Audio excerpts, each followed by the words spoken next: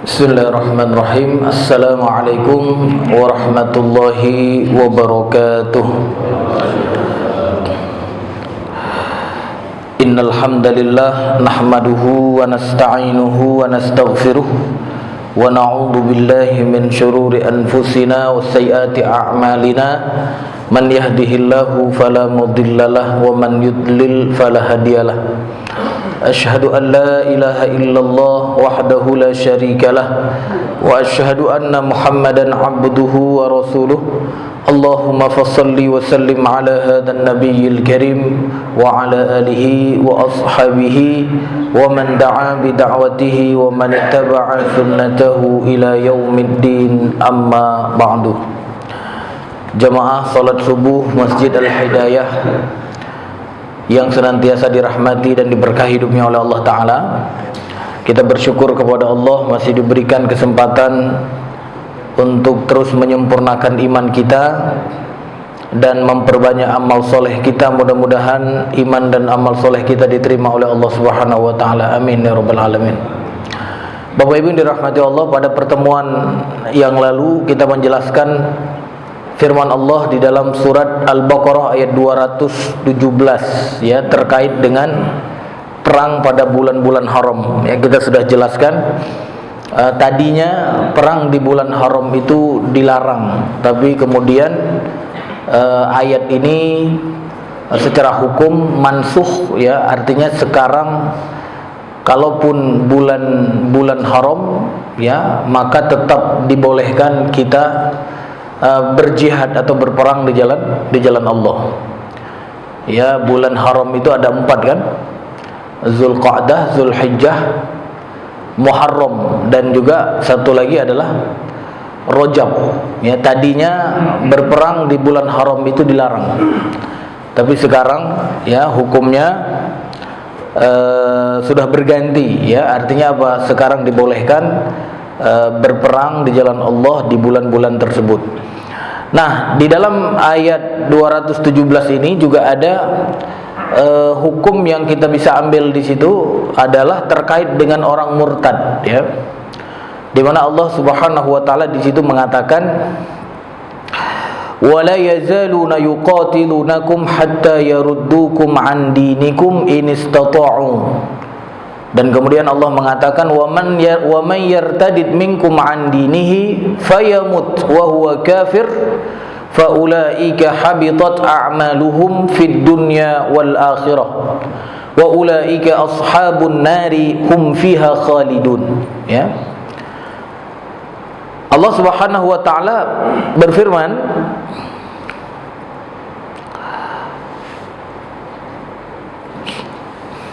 wala yazaluna yuqatilunakum. Apa artinya, Pak?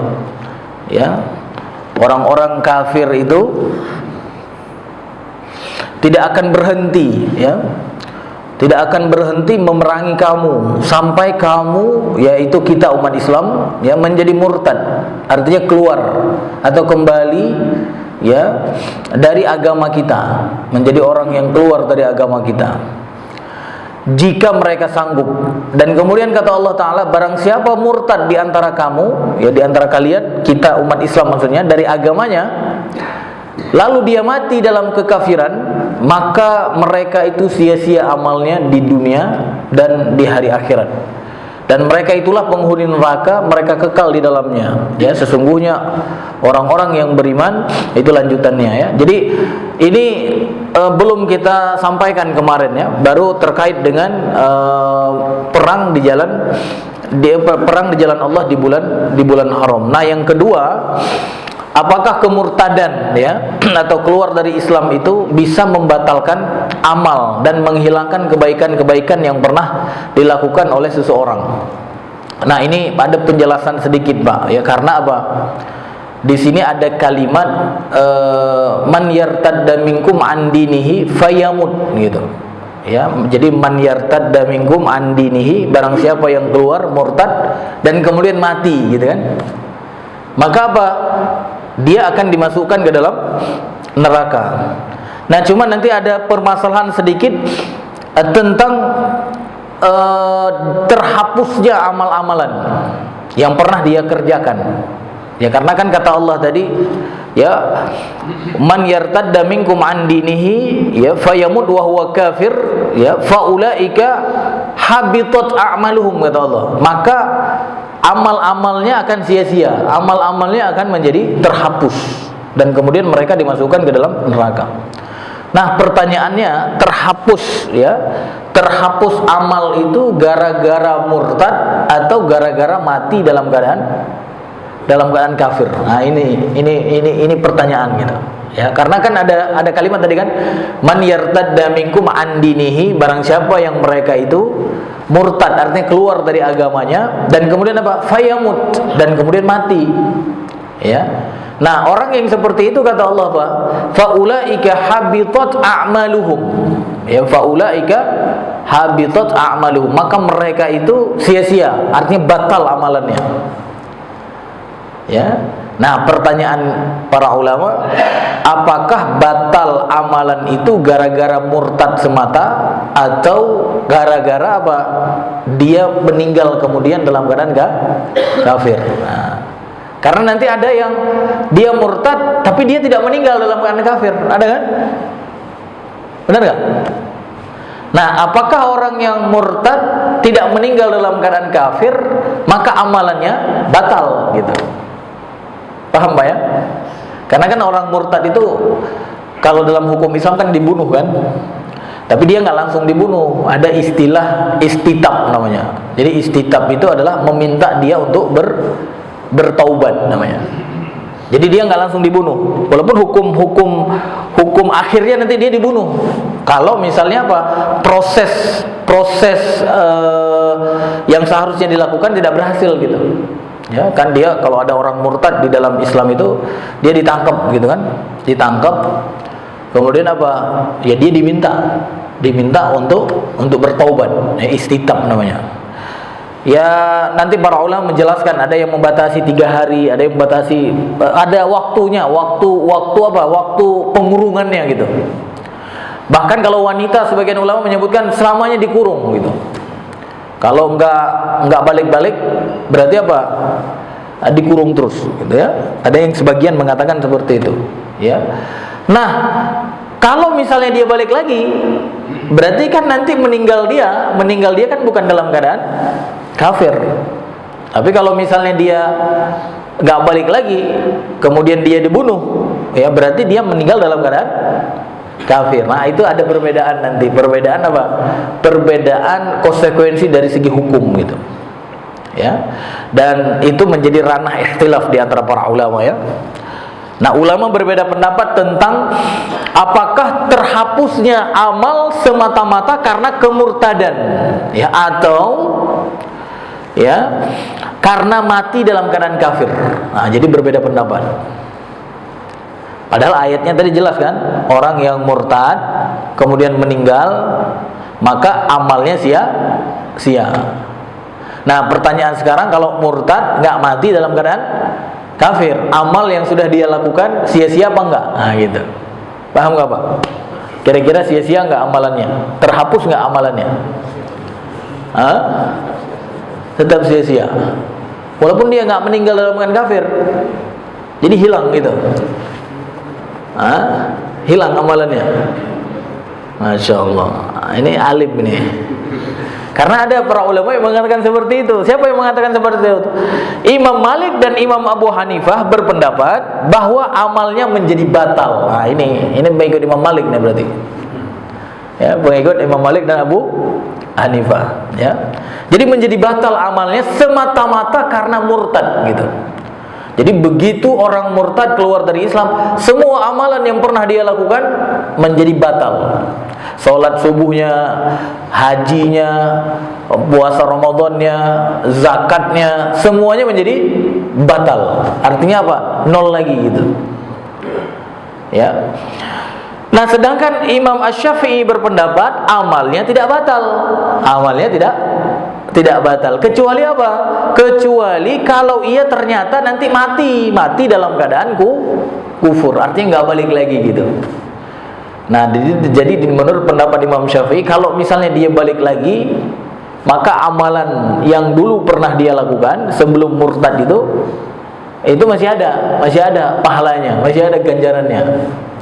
Kecuali dia meninggal dalam keadaan apa? Meninggal dalam keadaan kafir, nggak balik lagi gitu. Jadi memang kalau kita lihat dari zohir ayat yang kita bacakan tadi, surat Al-Baqarah ayat 217 itu, ya mendukung pendapat Imam Syafi'i.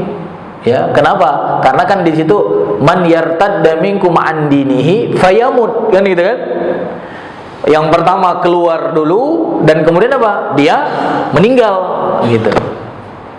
Tapi kalau kita lihat nanti dalil-dalil yang lain, nggak satu ayat ini saja, maka yang benar itu, yang kuat itu bukan pendapat Imam Syafi'i, tetapi pendapat Imam Ahmad, Imam Malik dan Imam Abu Hanifah. Kalau kita gabungkan dengan ayat-ayat yang lain, makanya di dalam memahami Al-Quran, saya sering katakan, ya kita tidak boleh parsial gitu ya. Artinya apa? Satu ayat dan kemudian tidak menggabung dengan ayat yang lain ya. Jadi intinya Imam Syafi'i berijtihad apa? Orang yang murtad itu ya, maka amalnya tidak terhapus, tidak menjadi batal, kecuali apa? Kecuali dia diikuti dengan mati dalam keadaan kufur. Tapi kalau kata Imam Malik, Imam Abu Hanifah, begitu dia murtad, maka apa, Pak? Batal semuanya. Ya. Nanti ada konsekuensinya tentunya, Pak. Ada konsekuensinya. Konsekuensinya apa? Kalau orang yang mengatakan batal amalannya, batal pahalanya, ya nanti ada konsekuensi seperti ibadah-ibadah yang wajibnya cuma satu kali dalam seumur hidup. Apa contohnya? Ibadah yang wajib cuma sekali dalam seumur hidup. Haji misalnya. Kalau seseorang dia sudah melakukan ibadah haji atau umroh gitu kan, umroh juga sebagian para ulama mengatakan wajib kan. Kan ada habis umroh tiba-tiba murtad pulang ke Indonesia kan, ada itu kan kemarin kan, ya. Maka apa statusnya amal yang pernah dia lakukan itu, amal yang yang diwajibkan cuma satu kali seumur hidup itu, ya. Apakah gugur, artinya hilang karena murtadnya atau tidak gitu? Ya. Maka kalau misalnya seperti apa yang dikatakan oleh Imam Malik dan Imam Abu Hanifah, berarti apa? Hajinya, umrohnya menjadi batal. Berarti kalau dia nanti balik menjadi muslim lagi, dia harus apa, Pak? Harus haji lagi. Nah, itu konsekuensinya. Karena apa? Kewajibannya masih ada, ya. Yang dulu pernah dia tunaikan sudah hilang. Nah, kalau menurut Imam Syafi'i, karena kata beliau tidak batal amalan karena murtad, tetapi batal amalan karena ya murtad plus mati dalam keadaan kafir, ya. Maka menurut beliau, kalau orang yang sudah pernah haji, pernah umroh, kemudian meninggal, kemudian murtad, maka kalau dia balik lagi, nah dia tidak perlu lagi apa, Pak? Tidak perlu lagi ngulang hajinya, ngulang umrohnya. Kenapa? Karena umrohnya dan hajinya masih nggak batal, masih sah gitu. Ya, jadi dia nggak berdosa. Kenapa? Karena nggak meninggalkan kewajiban. Jadi itu konsekuensi hukumnya, Pak. Ya, makanya penting bagi kita harus mengetahui itu nanti, sehingga apa? Kalau ada orang yang murtad, kita bisa gampang memberikan solusi terhadap amalan yang pernah dia lakukan. Ya. Jadi kalau misalnya seperti Imam Syafi'i tadi, ya sudah, kamu nggak usah haji lagi. Ya, nggak usah haji lagi. Tapi kalau Imam Malik dan Imam Abu Hanifah, kamu harus haji lagi, ya. Nah, kenapa Imam Malik dan Imam Abu Hanifah mengatakan batal, ya, sedangkan Imam Syafi'i tadi mengatakan tidak batal? Kalau Imam Syafi'i ya secara umum, karena zahir ayat di dalam surat Al-Baqarah ayat 217 itu memang di situ kata Allah Ta'ala apa? Ya, man yartadda minkum an dinihi fayamut. Ada kalimat murtad, ada kalimat ada kalimat meninggal. Berarti apa? Satu kesatuan. Tapi kalau Imam Malik dan Imam Abu Hanifah, mereka mengatakan apa? Mereka mengatakan ada ayat lain seperti di dalam surat Zumar, ya, Az-Zumar ayat 65. Di mana di situ Allah Subhanahu wa taala berfirman yang artinya, sungguh jika engkau menyekutukan Allah, niscaya benar-benar hapuslah amalmu. Jadi di dalam surat Az-Zumar ayat 65. Jadi begitu orang menyekutukan Allah, begitu orang menjadi murtad, maka apa? Terhapus amalannya. Walaupun tidak apa? Tidak meninggal dalam keadaan kafir. Nah, ini ayat-ayat yang mendukung lainnya gitu ya. Begitu juga di dalam firman Allah surat Al-Maidah ayat 5. Apa kata Allah taala di situ? Ya. Allah Subhanahu wa taala berfirman yang artinya barang siapa kufur sesudah beriman. Barang siapa kufur sesudah beriman. Artinya murtad kan? Murtad. Maka apa? Benar-benar hapuslah amalnya. Artinya apa? Begitu orang kafir setelah beriman, maka semua amalan yang pernah dia lakukan menjadi terhapus. Jadi ini dua ayat yang menjadi apa? Menjadi dukungan untuk pendapat Imam Malik dan Imam Abu Hanifah. Jadi pokoknya kalau orang sudah mengganti imannya, walaupun dia tidak meninggal dalam keadaan kafir, dia harus apa, Pak? Harus mengulang ya amalan yang pernah diwajibkan kepadanya. Ya, makanya Bapak Ibu dirahmati Allah, ya, kalau kita lihat pendapat para ulama, ya, termasuk pendapat yang ngarang buku ini, yang ngarang kitab ini, As-Sabuni, ya, kalau kata beliau apa? Kalau dilihat dari sisi zahir ayat, dapat diketahui bahwa ayat ini mengisyaratkan bahwa kemurtadan membatalkan amal secara mutlak, ya. Dengan begitu pendapat Malikiyah dan Hanafiyah lah yang lebih kuat, gitu. Jadi hati-hati, Pak, hati-hati ya, jangan sampai kita membatalkan amal yang sudah pernah kita lakukan, Pak, ya. Ya, artinya apa? Murtad akan menjadikan kita apa? Menjadikan kita, ya, semua amal-amal kita menjadi sia-sia. Maka pertahankan iman itu, Pak, ya. Jangan mudah, gampang apa, Pak? Gampang keluar, nanti balik lagi katanya nggak apa-apa, katakan. Kan ada itu pulang haji, pulang umroh kemarin tuh ada artis itu atau siapa, tokoh lah ya. Ya, pulang dari tanah suci malah jadi apa, Pak? Jadi murtad gitu ya. Mungkin dia berpikir, nanti kalau aku yakin lagi masuk lagi gitu ya. Ya, dia lupa ya, dengan dia menjadi murtad itu semua amal yang pernah dia lakukan dari kecil sampai saat murtad itu menjadi apa? Menjadi zero kembali, menjadi terhapus, ya, menjadi terhapus. Jadi kalau misalkan dia masuk Islam lagi, berarti dia harus mengulangi semua apa yang diwajibkan oleh Allah. Khususnya apa? Yang tadi diwajibkan satu kali seumur hidup. Baik, Bapak Ibu dirahmati Allah, ini adalah lanjutan dari penjelasan surat Al-Baqarah ayat 217 ya. Jadi ada dua hukum di situ. Yang pertama adalah apakah peperangan pada bulan-bulan haram diperbolehkan. Nah, kita sudah jelaskan kemarin dan kita sudah ulang tadi kesimpulannya. Dan yang kedua adalah apakah kemurtadan, keluar dari Islam, bisa membatalkan amal ya, dan menghilangkan kebaikan-kebaikan yang pernah dilakukan oleh seseorang. Dan itu juga kita sudah jelaskan. Baik, Bapak Ibu dirahmati Allah, hari ini kita lanjutkan ke bab selanjutnya, yaitu bab yang ke-13 ya. Ini firman Allah di dalam surat Al-Baqarah ayat 219. Ini terkait dengan haramnya khamr dan judi ya. Jadi Bapak Ibu dirahmati Allah, kitab yang kita baca ini ya karena memang judulnya ayat-ayat ahkam, berarti apa? Ayat-ayat yang membicarakan tentang hukum ya. Jadi itu saja ya. Dan kalau kata calon presiden itu kan, ya, hukum itu memang harus apa, Pak? Harus di atas segala-galanya kan?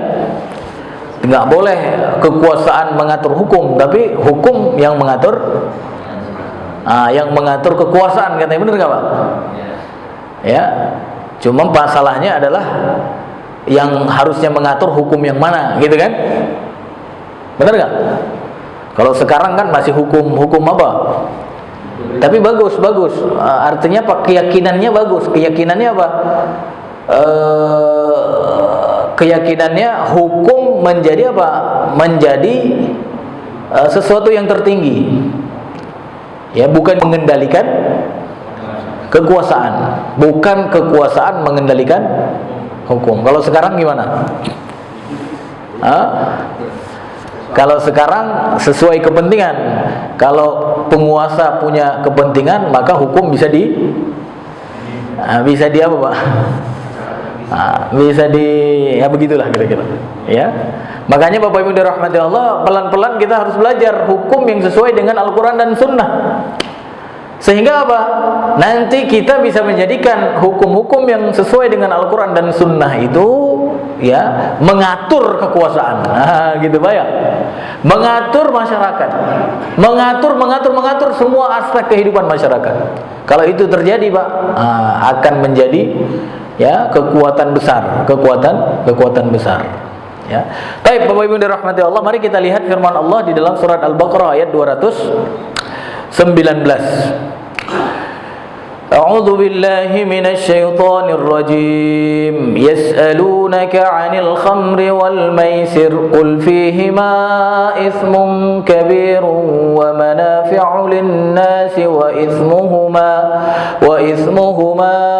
akbaru min naf'ihima wa yas'alunaka madza yunfiquna qulil 'afwa kadzalika yubayyinu Allahu lakumul ayati la'allakum tatafakkarun fid dunya wal akhirah wa yas'alunaka 'anil yatama qul islahul lahum khair wa in tukhalituhum fa ikhwanukum wallahu ya'lamul mufsida minal muslih walau syaa Allahu la'anatakum innallaha 'azizun hakim. Nah, ini ayat ini pertanyaan sebenarnya. Pertanyaan tentang apa, Pak? Tentang khamr dan judi. Jadi Nabi Muhammad itu, ya, ditanya tentang khamr dan judi. Yas'alunaka 'anil khamri wal maisir. Maka Allah Subhanahu wa taala menurunkan firman-Nya, katakan wahai Muhammad, ya, pada khamr dan judi itu, ya, ada dosa besar, ismun kabir, dosa besar. Ya. Wa manafi'u linnas wa manafi'u linnas, artinya apa? Dan juga pada khamr dan judi itu ada manfaat. Nah, jadi pada khamr dan judi itu, yang pertama kata Allah ismun kabir, artinya apa? Dosa besar. Yang kedua apa? Ada manfaat. Nah, makanya nggak heran Pak, ada orang mengatakan, kenapa kita harus benci dengan khamr? Kan ada manfaatnya katanya. Benar nggak? Tapi hati-hati, jangan langsung percaya, gitu kan? Ya. Dari mana antum tahu? Kan Allah yang katakan, wa manafi'u linnas. Itu khamr judi ada manfaatnya untuk manusia. Kan Allah yang katakan. Gitu kan? Tapi sekali lagi, ya, seperti yang kita sering sampaikan, menjadikan Al-Qur'an sebagai dalil tidak langsung ngambil satu kata, satu ayat langsung diterapkan, nggak begitu gitu. Ya, bisa sesat itu namanya, ya. Dan kemudian kata Allah, wa itsmuhuma akbaru min naf'ihima. Ya, Allah katakan apa? Dosa dari keduanya itu lebih besar daripada manfaat. Nah, walaupun ada manfaat, tapi dosanya lebih besar. Tapi nggak apa-apa deh, yang penting kan ada manfaatnya. Dosa, yang penting ada manfaatnya. Benar nggak? Benar Pak, benar. Makanya orang Arab ketika turun ayat ini, mereka nggak langsung ninggalin khamr, Pak. Kenapa? Karena kata Allah masih ada manfaatnya. Jadi mereka nggak langsung ninggalin. Makanya boleh juga bagi kita, kalau memang sesuatu yang belum jelas keharamannya, jangan apa, Pak? Jangan buru-buru ninggalin, boleh juga gitu. Benar nggak? Ya. Dan kemudian kata Allah Ta'ala, Pak, nah ini lanjutannya nanti tentang infak. Tapi yang pertama ini adalah tentang apa? Tentang judi dan dan khomer. Kata Allah, pada judi, pada khomer itu dosa besar, tapi ada manfaatnya, dan dosanya lebih besar dari manfaat. Ya, jadi kalau kita lihat sebab turun ayat ini menarik, Pak. Ya, ini sebenarnya doanya atau permintaannya Umar bin Khattab. Ya, jadi dalam sebuah hadis yang diriwayatkan oleh Imam Ahmad, Imam Abu Dawud dan juga Imam Tirmizi, yang meriwayatkan dari Umar bin Khattab, ya, bahwa Umar bin Khattab itu pernah berdoa, ya Allah, jelaskan kepada kami tentang hukum khomer, gitu. Ya, dengan sejelas-jelasnya, karena ia telah membinasakan harta dan merusak akal, kata Umar bin Khattab. Nah, Umar bin Khattab ini kan cerdas, bayang. Dia tahu khomer itu apa, Pak? Bisa merusak harta dan menutup akal. Makanya secara bahasa khomer itu artinya apa, Pak? Menutup, gitu. Ya, sesuatu yang menutup. Jadi khomer itu menutup, sesuatu yang menutup. Menutup apa? Menutup akal, gitu. Makanya kalau orang sudah minum khomer, akalnya sudah tertutupi. Yang muncul apa, Pak? Kalau akalnya sudah tidak ada, ya seperti binatang, berani buang air di mana-mana, misalnya, gitu kan. Berani kata-kata yang keluar yang tadinya ya teratur dikit, gitu kan. Sekarang jadi ngawur, gitu. Jangan-jangan tuh habis minum khomer itu. Ya kan? Benar nggak, Pak? Kan ada dulu tokoh yang kita hormati, gitu kan, bahkan kita pilih, gitu kan. Sekarang jadi ngawur, gitu kata-katanya, ya. Insyaallah. Jangan-jangan habis minum. Jangan habis minum apa, Pak? Tapi nggak boleh dituduh, ya. Tapi bisa menutup akal, kata para ulama. Jadi khomer itu adalah menutup akal. Ya. Nah, Umar bin Khattab itu sadar itu, makanya beliau tanya kepada Allah Ta'ala, berdoa beliau kepada Allah, ya Allah, jelaskan kepada kami tentang hukum khomer. Ya. Karena sebelum turun ayat ini, ya, Allah sudah menjelaskan tentang khomer itu memang ya sesuatu yang dibuat dari tumbuhan yang diciptakan oleh Allah, ya. Jadi Allah menceritakan tentang khomer ini pertama itu di dalam surat An-Nahl ayat 67. Nanti bisa dibuka, ya. Jadi surat An-Nahl ayat 67 itu Allah Subhanahu wa taala di situ berfirman apa? Wa min nakhilin wa min thamaratin nakhil wal a'nam tattakhidhu minhu sakara wa rizqan hasana, kata Allah. Jadi kata Allah, dari pohon apa? Dari pohon kurma, dari pohon anggur, kalian apa? Kalian mengambil sesuatu yang memabukkan. Nah, berarti kalau dari pohon kurma, apa namanya, Pak? Buah kurma, kan? Buah kurma bisa dibuat khomer. Kalau dari pohon anggur, buah anggur bisa jadi khomer. Allah katakan, tattakhiduna minhu sakaro. Ya, kalian menjadikan dari buah-buah itu apa? Sesuatu yang memabukkan, sesuatu yang memabukkan.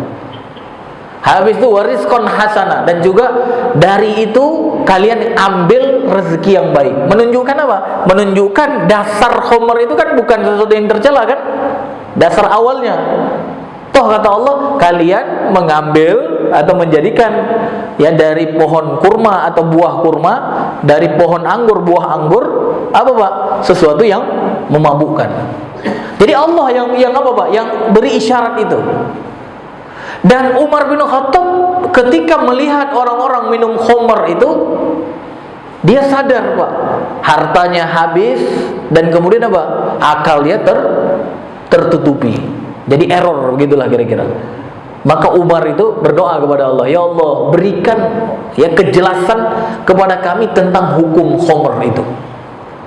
Ya, berikan kepada kami. Maka dijawab kemudian oleh Allah di dalam surat yang kita bacakan tadi, surat Al-Baqarah ayat 219. Allah katakan pada khomer itu ada dosa besar dan juga ada manfaat. Nah, ini kan belum jelas juga hukumnya, kan? Udah jelas belum, Pak? Allah katakan ada manfaat dan Allah katakan dosa besar. Ibaratnya keharamannya belum mutlak, benar nggak? Maka para sahabat ketika turun ayat ini, mereka merasa belum jelas juga. Makanya Umar berdoa lagi. Ya Allah, apa kata Umar?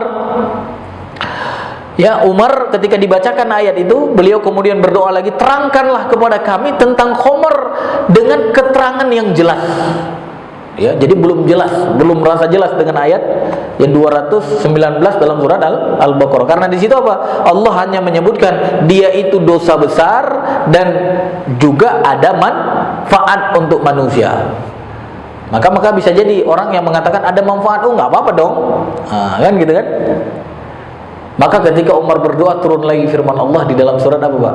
Surat An-Nisa ayat 43. Turun lagi itu. Ya. Karena khamr ini jadi kebiasaan, judi ini jadi kebiasaan orang-orang apa, Pak? Orang-orang musyrik dulu. Kebiasaan itu minuman yang kalau kita mungkin apa, Pak? Mungkin kalau kita sekarang suka minum apa? Minum kopi, minum teh. Nah, mereka minum khamrnya begitu dulu.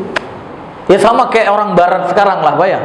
Orang barat sekarang kan khamr itu bukan sesuatu yang apa?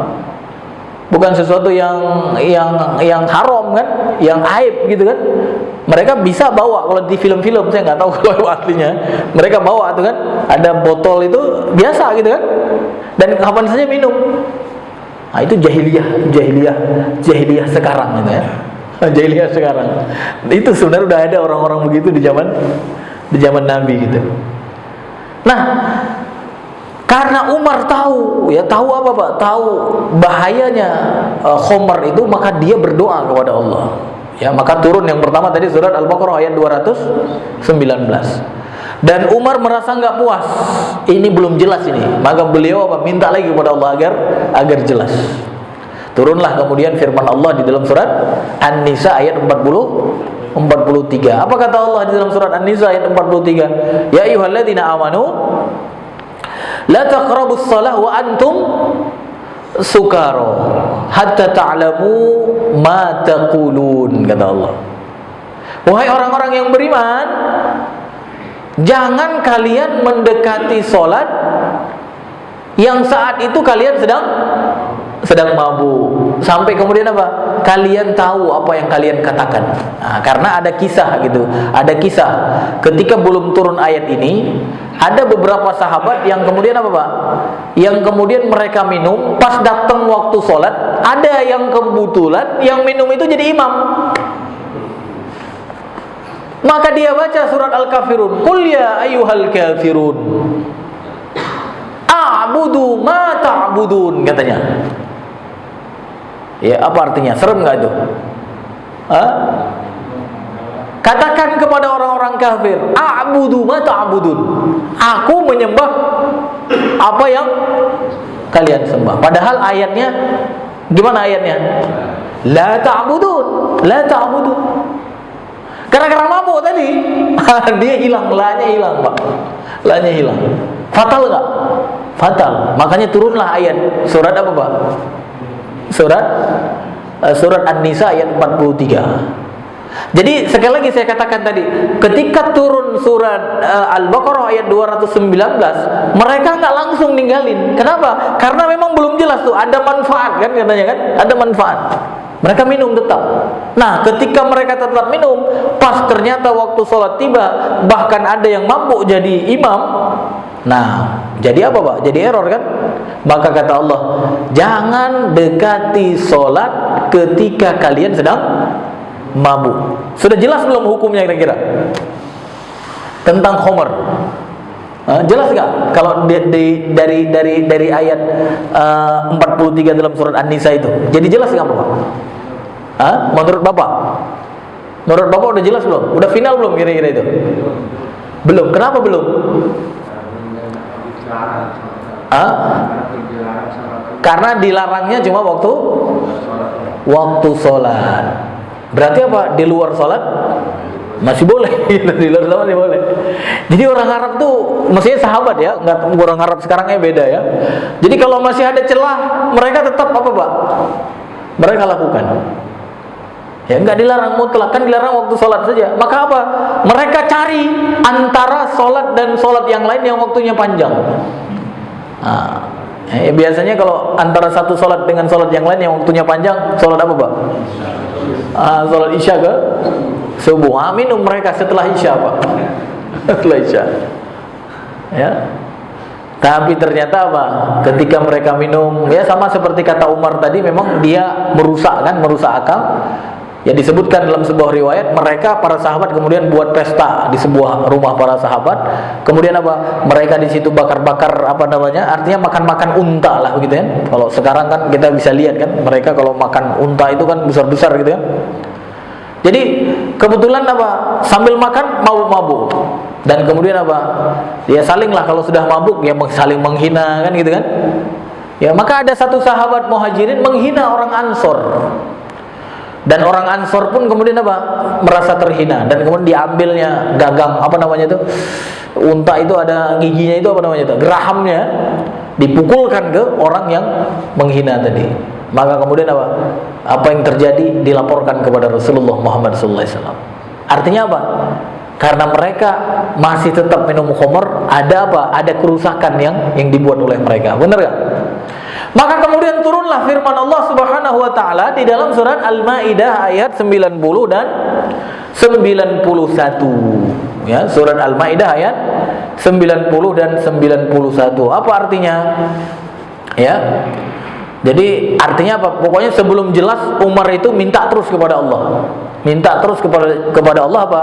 Agar dijelaskan, diterangkan ya dengan sejelas-jelasnya tentang hukum khamr itu.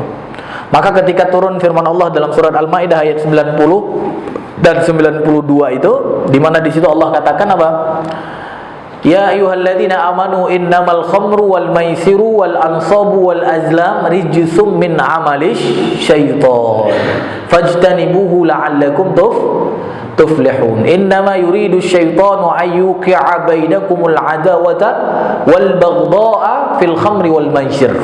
Ya, wa yasuddakum an dzikrillah wa 'anis shalah fahal antum muntahun, kata Allah. Fahal antum muntahun. Jadi wahai orang-orang yang beriman, kata Allah, sesungguhnya ya pada khamr, pada judi, pada mengundi nasib, ya itu adalah najis, kata Allah Ta'ala. Rijsun min amali syaitan. Itu najis dari perbuatannya syaitan. Makanya nanti dari dalil ini ya disebutkan oleh para ulama apa? Khamr itu zatnya itu najis. Khamr itu zatnya najis. Ini udah mulai jelas kan? Hukumnya apa ya? Kalau tadi cuma bilang manfaat, habis itu di ayat selanjutnya kata Allah, jangan dekati pas salat. Nah, kalau di sini sudah mengarah kepada sangat jelas nih. Kata Allah, khamr itu najis. Makanya zatnya itu najis, Pak, khamr itu. Zatnya. Ya, walaupun kemarin ada yang ngomong, ada tuh masyarakat yang suka nyimpan di kulkasnya gitu kan. Ya, bener gak? Ada tuh pejabat dulu kan. Ya, tapi memang kafir sih ya. Ya, ada kunjungan ke rumahnya. Habis itu di kulkasnya apa? Isinya khamr ya. Berarti apa? Kulkasnya najis gak, Pak? Ya. Dan kemudian nanti ada sebagian para ulama mengkiaskan seperti alkohol. Alkohol ada yang mengkiaskan ke khamr, ada yang mengkiaskan ke khamr. Tapi ulama kontemporer mengatakan apa? Alkohol itu beda dengan khamr katanya. Tapi ulama-ulama mazhab, ya ulama-ulama terdahulu mengatakan apa? Al-Quluniyah itu sama dengan khamr. Jadi apa? Najis. Makanya nggak heran, Pak, kalau Bapak dulu pernah lihat ada orang yang ketika sholat dia nggak mau pakai minyak wangi yang ada alkoholnya. Ya, bahkan kalau ada sun sanitizer itu kan, sanitizer itu kan ada alkoholnya, dia nggak mau pakai gitu. Itu jangan dimarahin, Pak. Dia punya dalilnya. Gitu. Dalilnya apa? Dia setuju alkohol itu hukum khamr, najis gitu. Tapi ya khusus untuk alkohol ini ada perbedaan pendapat ya. Untuk apa? Untuk masa sekarang ya, karena ada ulama-ulama kontemporer yang mengatakan ya alkohol itu berbeda dengan khamr gitu. Tapi Allah untuk khamr Allah sudah katakan apa? Najis. Ya, dan kemudian Allah katakan fajtanibuhu, jauhi agar kalian menjadi apa? Orang yang beruntung ya. Berarti apa? Sudah jelas kan? Yang pertama kata Allah najis, yang kedua apa? Disuruh jauhi. Apalagi kemudian di ayat selanjutnya, ayat 91-nya kata Allah, innama syaitan yuridukumul gimana ayatnya? Yang ayat 11-nya gimana? Ayat 91-nya. Innama syaitan atau langsung innama yuridu syaitan? Ada yang buka enggak? Innama yuridu syaitan. Innama yuridu kata Allah. Fil khamri wal maisir. Ditegaskan lagi oleh Allah di situ bahwa pada khamr itu, pada judi itu, dengan dua materi ini, dengan dua sebab ini, syaitan menginginkan apa? Menginginkan permusuhan di antara kalian. Makanya benar tadi, ada yang pesta, habis itu saling ngejek, habis itu apa? Itu diambil sama sahabat, dipukulkan ke sahabat yang lain. Itu terjadi permusuhan gara-gara khamr. Makanya kalau di tempat kita, ya kalau main bola tiba-tiba rusuh, jangan-jangan itu harus dites itu. Benar nggak? Ya kan terbukti kan kalau di barat itu, ya kapan terbuktinya? Ya ketika khususnya setelah Piala Dunia Qatar itu kan. Kan ketika Piala Dunia Qatar kemarin kan dilarang kan minum khamr itu kan. Dan mereka mengakui, Pak, kriminalitas ya atau kriminal yang terjadi ketika penyelenggaraan Piala Dunia itu, ketika di Qatar itu paling kecil itu. Bahkan ada beberapa negara yang merasa heran. Biasanya kalau Piala Dunia ada saja warga kami yang ditangkap oleh negara penyelenggara Piala Dunia. Kenapa ditangkap? Ya bikin rusuh gitu. Tapi sekarang ketika di Qatar itu nggak ada katanya. Ini heran kami. Nah, diteliti ternyata apa? Karena dilarang khamr. Makanya kalau misalkan terjadi kerusuhan kayak di Kanjuruhan kemarin itu ya, di mana itu? Harusnya memang ya Pak polisi itu tes itu harusnya itu orang-orang yang ikut ya, atau jangan-jangan ya aparatnya juga harus dites juga, jangan-jangan beringas begitu kan. Jadi semua harus dites. Ya, begitu terindikasi pengaruh minuman keras harus apa, Pak? Kalau di dalam hukum Islam, begitu orang terindikasi minum minuman keras, ya khususnya setelah dilarang mutlak ya, setelah dilarang mutlak itu hukumnya apa, Pak? Di dalam Islam. Nah, ini kan kita mau terapkan hukum kan biar makmur kan. Kalau dalam Islam hukumnya apa, Pak? Cambuk. Masya Allah. Begitu terindikasi, khususnya setelah turun ayat 90 dan 91 dalam surat Al-Maidah. Dicambuk berapa kali? Dicambuk. Nah, ini ada perbedaan pendapat. Kalau zaman Rasulullah dan Umar bin Khattab dan Abu Bakar As-Siddiq ya, zaman Rasulullah dan Abu Bakar As-Siddiq dicambuk 40 kali. Nanti ada perubahan ya ketika zaman Umar bin Khattab. Ya di zaman Umar bin Khattab itu orang yang terindikasi mabuk minum minuman keras, minum khamr itu dicambuk 80 kali, Pak. Jadi semakin apa?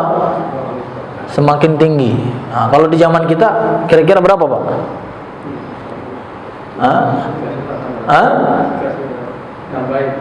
Kalau di kita nggak ada hukuman. Menurut sepandangan saya kayaknya nggak ada hukuman, Pak ya. Nggak ada hukuman. Yang ada apa? Kalau setelah dia mabuk melakukan kriminal. Jadi minum itu sendiri nggak dianggap kriminal ya. Begitu dia kemudian gara-gara mabuk misalnya jadi bunuh orang, gara-gara mabuk dia nabrak orang, gara-gara mabuk dia bikin kerusuhan, yang jadi tuntutan pidananya yang mana, Pak? Bunuh orang atau mabuknya? Bunuh orang. Padahal mabuknya sendiri ada hukum pidananya. Di zaman Rasulullah dicambuk 40 kali. Di zaman Abu Bakar dicambuk 40 kali. Begitu di zaman Umar bin Khattab, karena beliau melihat sudah banyak orang yang mulai coba-coba lagi, ditambah hukumannya, Pak. Ditambah jadi 80 kali. Nah, kalau sekarang rasa-rasanya semakin banyak orang yang berani, Pak ya. Nah, ditambah jadi berapa, Pak? Bagusnya, Pak? Ditambah jadi 200 kali, bisa nggak? Nggak bisa. Jadi tetap pilihannya ya 40 atau 80. Karena memang kan di dalam apa namanya hukum syariat itu kita tidak boleh membuat hukum baru kecuali apa? Apa yang sudah ditentukan syariat.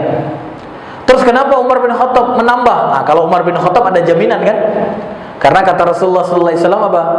Ya alaikum bisunnati wa sunnah khulafa rasyidin al-mahdiyyin.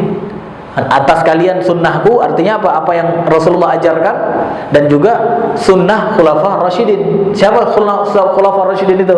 Yaitu 4: Abu Bakar, Umar, Utsman, Ali.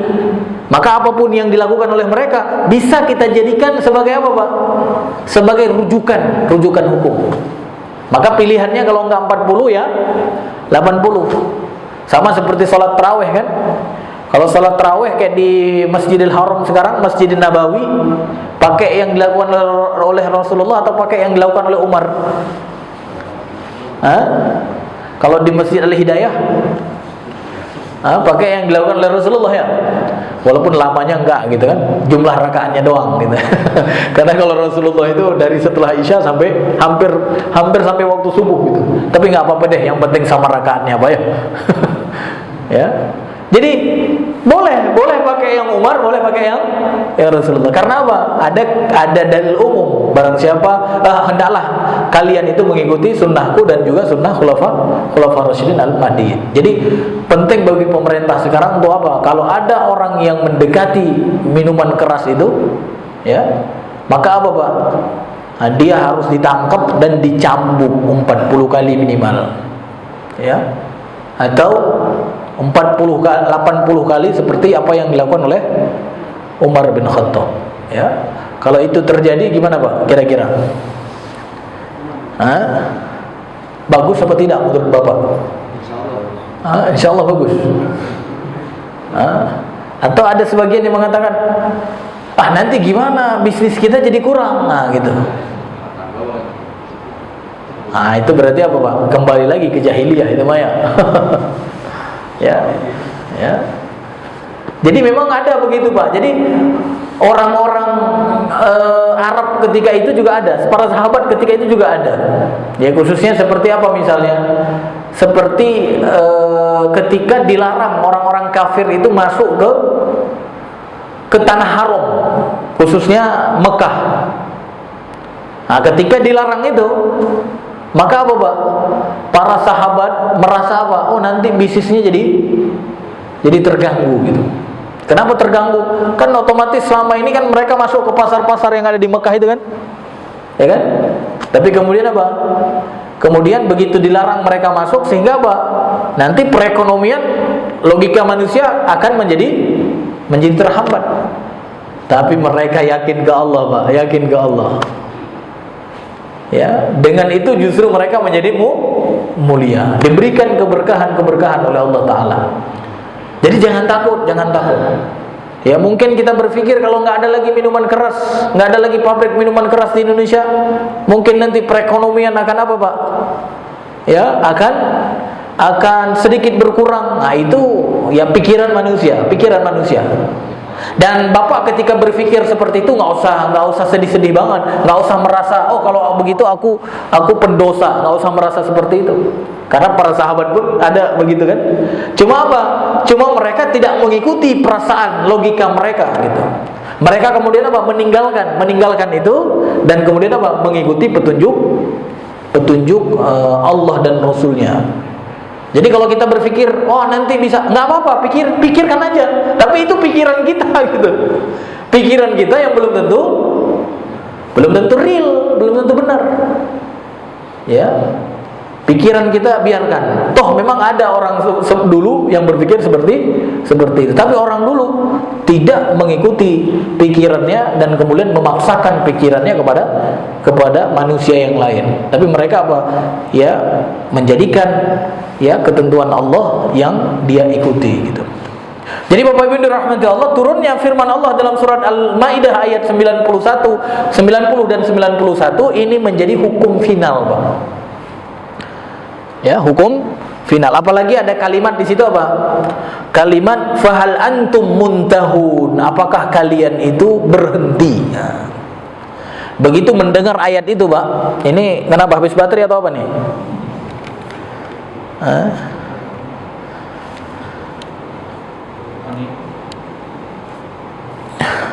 Jadi Bapak Ibu dirahmati Allah, begitu mendengar kalimat fahal antum muntahun di dalam surat Al-Maidah ayat 91 itu, para sahabat kemudian apa, Pak? Khomer-khomer yang ada di rumahnya itu semua dituangkan. Ya. Karena khomer itu memang makin lama disimpan makin enak, Pak ya. Jadi mereka simpan di rumah-rumah mereka. Begitu turun ayat ini, bahkan sampai diumpamakan oleh para ulama, Pak, terjadi banjir khomer di Madinah ketika itu. Ya, banjir khomer di Madinah. Gang-gangnya itu penuh dengan air khomer yang dibuang. Itu para sahabat itu begitu, Pak. Jadi sebelum final mereka masih cari celah tuh kan. Pokoknya kalau belum final masih ada manfaatnya, masih apa lagi tadi? Masih boleh ketika selain waktu sholat mereka masih minum. Begitu turun ayat ini mereka buang semuanya. Nah, itu tuh, Pak. Jadi kalau sudah jelas mereka ambil sikap gitu. Kalau kita sekarang gimana, Pak? Nggak jelas-jelas gitu ya. Udah jelas malah bikin gak jelas. Nah, itu namanya orang gak jelas, ya. Ya, jadi kalau misalkan belum pasti nggak apa-apa, silahkan. Tapi kalau sudah pasti hukumnya, nggak boleh main-main lagi, Pak. Itu para sahabat ngajarin kita itu. Dibuangnya khomer itu, ya, dibuangnya, nggak lagi diminum, ya. Bahkan apa? Dari situ mulai berlaku hukum tadi. Hukum orang yang kemudian meminum khomer maka diberlakukan hukuman. Hukumannya apa? Dicambuk 40 kali. Maka tidak ada lagi, Pak. Tidak ada lagi orang-orang Mekah ketika itu, orang-orang Madinah, khususnya para sahabat Nabi yang masih mengkonsumsi apa? Mengkonsumsi khomer, ya. Dan itulah yang disebut oleh para ulama proses pengharuman khomer di dalam syariat, ya. Jadi ada 4 tahap, ya. Ya, 4 tahap proses pengharuman khomer di dalam syariat. Baik, wallahu a'lam bishawab. Kalau ada pertanyaan dari apa yang kita jelaskan dipersilahkan. Sudah waktu isyraq, Pak ya. Bentar lagi kalau ada pertanyaan terkait dengan apa yang kita sampaikan atau ada yang lain yang mau disampaikan dipersilahkan, Pak. Ya, silakan. Ya, baik, Assalamualaikum. Apa kriteria judi? Maksudnya kalau kita ikut lomba atau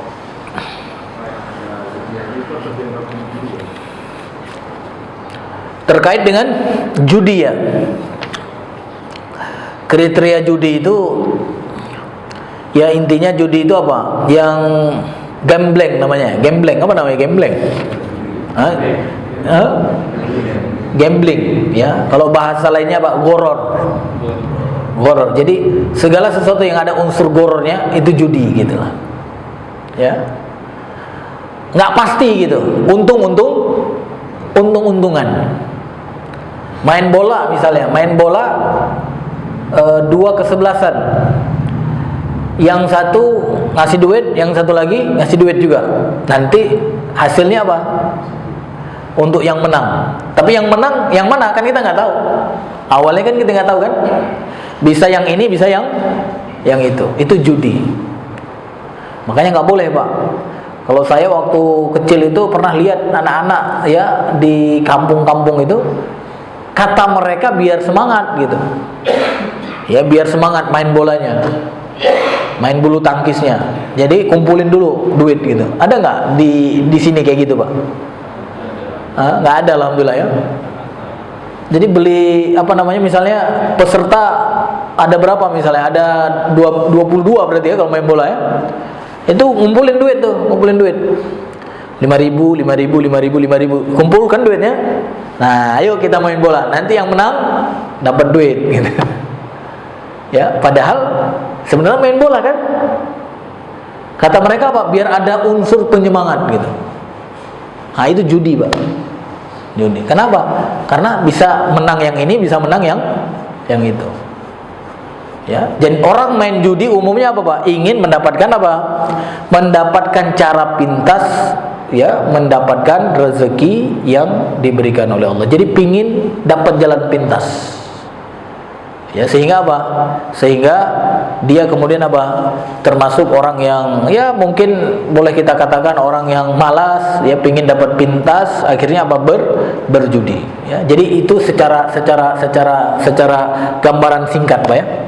Jadi segala sesuatu yang ada unsur gorornya, gambling tadi ya, maka itu adalah judi. Dan turunannya nanti ya, bahkan termasuk ada permainan-permainan memang ya, walaupun nanti ada perbedaan ya, termasuk yang dulu pernah heboh itu ketika ustadz misalnya pernah mengatakan catur itu adalah judi kan gitu ya.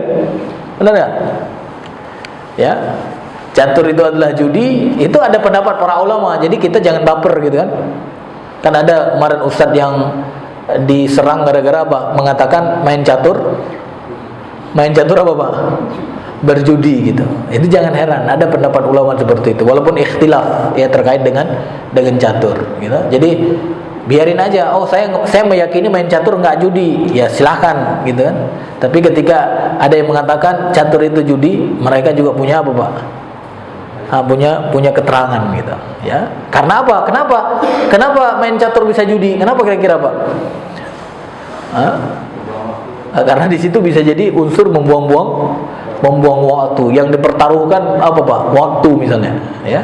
Atau karena unsur lain misalnya apa? Karena ada unsur lomba di situ kan. Ya, artinya apa? Di antara mereka sengaja misalkan mendaftar dirinya untuk apa namanya? Biar menjadi peserta. Karena untuk ikut perlombaan catur otomatis seseorang harus membayar kan? Apalagi sekarang kalau kita lihat perlombaan sekarang hampir semua judi Pak, hampir semua judi. Bahkan di HP kita judi Pak, judi. Kenapa di HP kita judi? Saya sering tuh masuk apa namanya? Masuk tawaran gitu kan. Apalagi yang pakai Telkomsel misalnya gitu ya.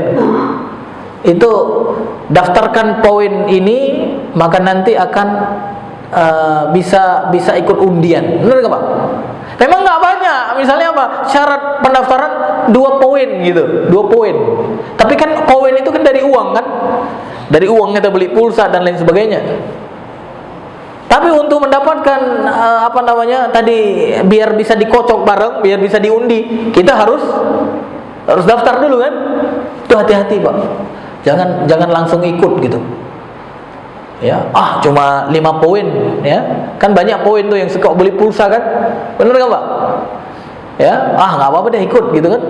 Nanti siapa tahu pas dikocok kita keluar. Siapa tahu gitu kan. Siapa tahu itu judi Pak, judi. Siapa tahu untung.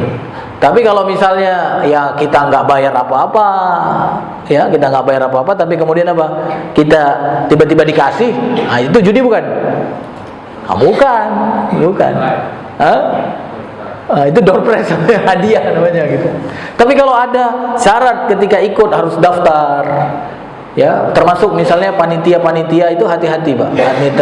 Panitia penyelenggaraan olahraga atau event-event tertentu, kalau misalnya ingin memberikan hadiah kepada peserta apa namanya olahraga itu, jangan minta dari mereka apa Pak?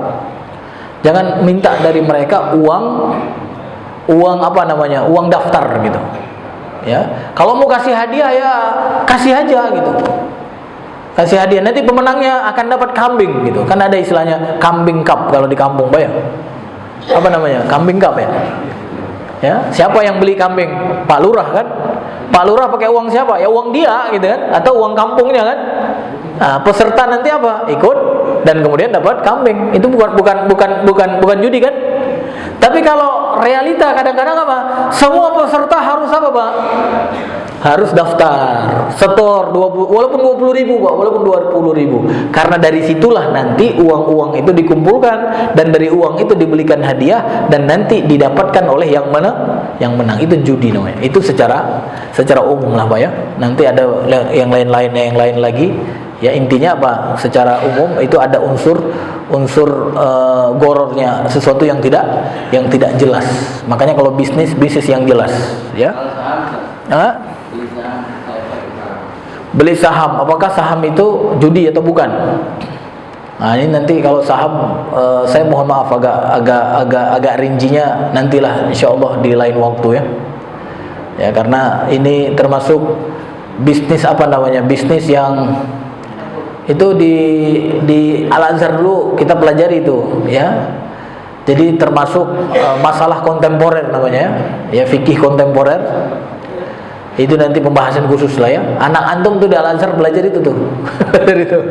Ya, jual beli ya yang ada hubungan dengan pertanyaan antum ya. Ya insyaallah nanti dijelaskan insyaallah di waktu yang lain insyaallah ya. Baik, silakan Pak. Ya. Seorang mualaf amalannya Amalan yang baik. Yang baik ada sebagian para ulama menyebutkan yang baik dari amalan orang kafir itu tidak hilang. Tidak hilang. Jadi dahsyat Pak ya. Beda dengan orang Islam yang murtad. Kalau orang Islam yang murtad amalannya jadi hilang. Kalau orang kafir yang masuk Islam amalan baiknya nggak hilang, amalan buruknya diampuni, masya Allah. Amalan buruknya dihapus jadi nol, amalan buruk. Amalan baik tetap gitu. Karena kan orang kafir ada amalan baik kan. Tapi kalau dia tidak masuk Islam, amalan baik nggak berguna. Tapi begitu dia masuk Islam, amalan baiknya menjadi apa? Menjadi berguna. Tapi amalan buruknya ya diampuni oleh Allah. Masya Allah Pak. Makanya Bapak kabarin tuh sama mereka Pak. Hei saudaraku, hei temanku, biar amalan baikmu menjadi berguna, masuk Islam. Dan biar amalan burukmu menjadi terhapus, masuk Islam. Ya. Yang kedua, kalau misalkan ada seorang kafir masuk Islam dan kemudian apa? Dia tidak menjalankan ketentuan syariat. Nah, itu sama seperti hukumnya apa, Pak? Hukumnya orang muslim yang bermaksiat namanya.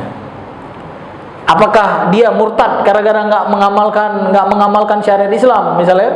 Nah, itu hukumnya nanti beda. Karena hukumnya apa? Hukumnya bagi orang muslim yang tidak menjalankan ketentuan syariat nanti ada pembahasan para ulama. Ya, jadi nanti ada tingkatan-tingkatannya. Bisa dia seperti orang kafir lagi, bisa dia disebut dengan apa? Dengan orang fasik, bukan orang kafir. Jadi nanti dilihat dari tingkatannya. Jadi orang muslim yang tidak menjalankan syariat itu dia nggak satu hukum lah gitu. Jadi nanti ada apa namanya, ada rincian. Kalau misalnya orang meninggalkan sholat, ya orang meninggalkan sholat itu kalau dia meninggalkan sholat karena apa? Yakin nggak wajib, kafir. Tapi kalau orang meninggalkan sholat muslim dia, ya gara-gara apa? Gara-gara malas, gara-gara bisnis dia ninggalin sholat. Tapi pas kita tanya hukumnya gimana menurut kamu? Enggak, sholat itu wajib kok. Terus kamu kenapa enggak sholat? Oh itulah jualannya masih banyak gitu ya. Atau apa? Susah bangun subuh gitu kan? Nah, itu kafir enggak? Enggak kafir, itu fasik namanya. Makanya orang murtad, apa namanya, orang mu'alaf itu begitu dia masuk Islam, sah Islamnya. Dan kemudian ketika dia menjadi seorang muslim, maka berlaku apa yang kita sebutkan tadi. Ketika dia bermaksiat, berarti dia berdosa. Ketika dia taat, dia mendapatkan pahala. Wallahu a'lam bishawab ya. Cukup Pak ya? Sudah waktu syuruk Pak ya. Jadi Bapak Ibu dirahmati Allah, mudah-mudahan apa yang kita sampaikan ini menjadi ilmu yang bermanfaat untuk kita semua. Mohon maaf apabila ada pertanyaan yang belum bisa dijawab. Mudah-mudahan ya menjadi peluang untuk kita mendapatkan ilmu juga dari pertanyaan-pertanyaan yang belum terjawab insyaallah ya. Mungkin ini yang dapat kita sampaikan. Kita tutup dengan doa kafaratul majlis. Subhanakallahumma wa bihamdika asyhadu an la ilaha illa anta astaghfiruka wa atubu ilaik. Wassalamualaikum warahmatullahi wabarakatuh.